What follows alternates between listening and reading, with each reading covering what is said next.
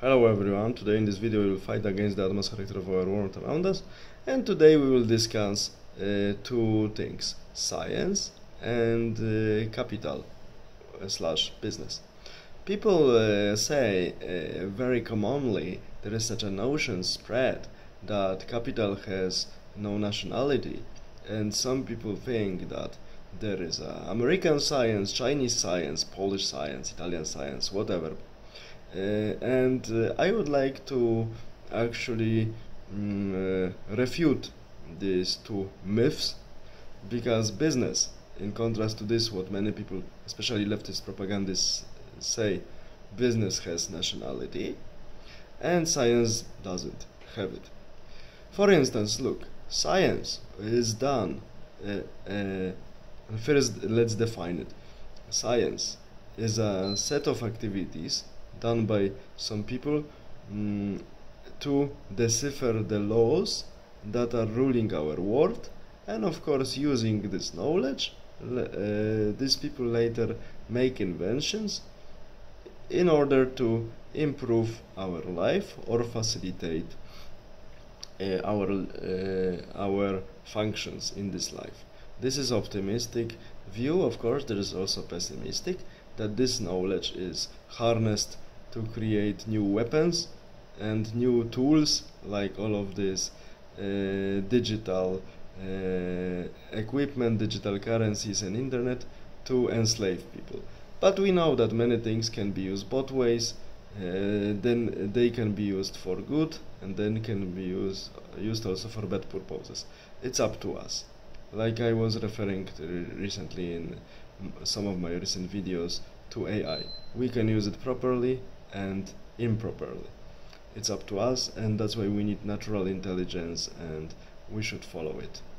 And in terms of science, we see that it's actually a accumulation of knowledge for ages from the ancient civilizations. That this what was preserved and rediscovered many times by hundreds of thousands of people, if not more, from different civilizations, times, languages, origins, and so on. And this is common knowledge of the humanity. It has no nationality. But business, okay, please take a look at banksters. They are located in some places like Switzerland, United States, Frankfurt, Japan, and so on. Of course, they try to run international companies that are working and robbing at the same time many countries. But we should remember the definition of capitalist, because they are financial capitalists, not the producing capitalists like in the past, like 120 years ago. So let's recall the definition of capitalists formulated by great French historian Fernand Braudel. Capitalist is a person who invests his or her money or resources in general, let's say, into the market to influence it for his or her benefit. Of course, it's not altruistic action. And these people are simply using money to influence the market, financial markets and other markets, in order to increase their profits. And they do it without any mercy and without any remorse. Also, central banks are ruled by several hundred of families, for instance, in US and in Anglo-Saxon world, New York and London City, and the same situation is in other central banks, more or less, unless it's state-owned. And these people we see are actually using these tools, I mean central banks and all of the facilities which work together with this, to their own interest. For instance, this crazy money printing influence the economy, and later different demands are created, and so on and so on and so on. So we see that these people, despite the fact they pretend to be very international, they are located in some countries. And why are they doing these things? Because, and here we go back to the definition of capitalist, financial one now, I say, formulated by Fernand Braudel, that these people can affect the can affect the market, influence the market with their own resources, because of the fact that they are friends with those who have money at the time. And this is the most important. So we see that despite the fact they are saying that they don't have homeland, it's not true. They have.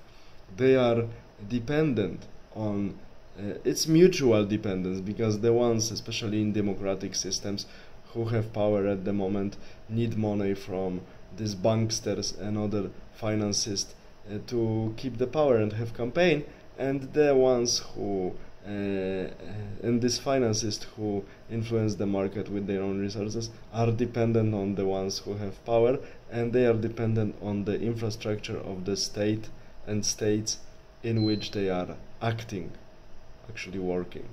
So we see that in contrast to this popular notion that many people think that there is Polish science, Japanese science, or American science. It's not true. There are, of course, different national sources of funding for science. This is true, only this. But science itself is purely international venture, and it was always and will be always very much international, purely international venture. But capital / business, even the financial one, always has homeland, and even in case of producing capitalist, like it was in 19th century, since more or less first half of 19th century till the second half of 20th century, producing capitalists always had their homeland, and they had their own activity on such a large scale because they were friends with those who had power at the time. So we see that they are country dependent. So we can say that in case of the good capitalist producing one and the bad one, which we have now, financial one, they both have a mutual feature, which is they have homeland or homelands on which they are dependent, even by using their infrastructure and all tools that are available there for them, for their business, to maximize their profits. But science, despite the fact it has very often many national sources of financing, it's something purely international with no homeland. Like Russian mathematician Chebyshev proposed many years ago, at the end of 19th century, that in mathematical papers, when authors put their affiliation, they should put the name of the university and city in which this university is located, without the country, because Mr. Chebyshev claimed, which is actually to a large extent true, that very often the same city can be under the administration of this or that country, and it changes. And mathematics, so as a part of science, doesn't have homeland. Here I purely agree. So to sum up, we have to say science doesn't have homeland. In contrast to this, what many people say, maybe it has many national sources of funding, but it doesn't have homeland itself. But business and / capital has homeland, because the ones who operate with huge capital are friends with those who actually have power, and they have power in some countries. And also to do their dirty business, our current financial capitalists, they are also using infrastructure of many countries and even their army and other means, all means, to reach their goals. And the goals are simple: maximize their profits. And even we nowadays don't have these financial capitalists, because all companies are run by run by managers and who have short term. That's why their only goal is only to maximize the profits, and owners do not care what's happening with the companies for the last 5-6 decades, because they are living from the interest rates, from the dividend that is gained from these companies. So that's why we have such pathological situation nowadays. So have a nice day. Bye.